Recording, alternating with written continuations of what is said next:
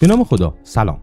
قرآن 15 قرن پیش مراحل شکلگیری و خلقت جنین رو در دنیای تاریک رحم توضیح داده و با پیشرفت‌های چشمگیر در عرصه تکنولوژی دانشمندان در چند سال اخیر موفق شدن چیزی رو کشف کنن که خالق با عظمت جهان هستی 1500 سال پیش در آیه 14 سوره مؤمنون بهش اشاره کرده و اون رو به پیامبری که سواد خوندن و نوشتن نداشته وحی کرده. آیا این اعجاز علمی قرآن برای اثبات خدایی که از ریز تا درشت عالم رو خلق کرده کافی نیست؟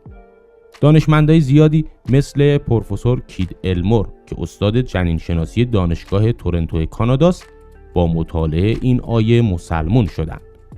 اگه به اسلام و قرآن افتخار کردی این کلیپ رو با بقیه به اشتراک بذار.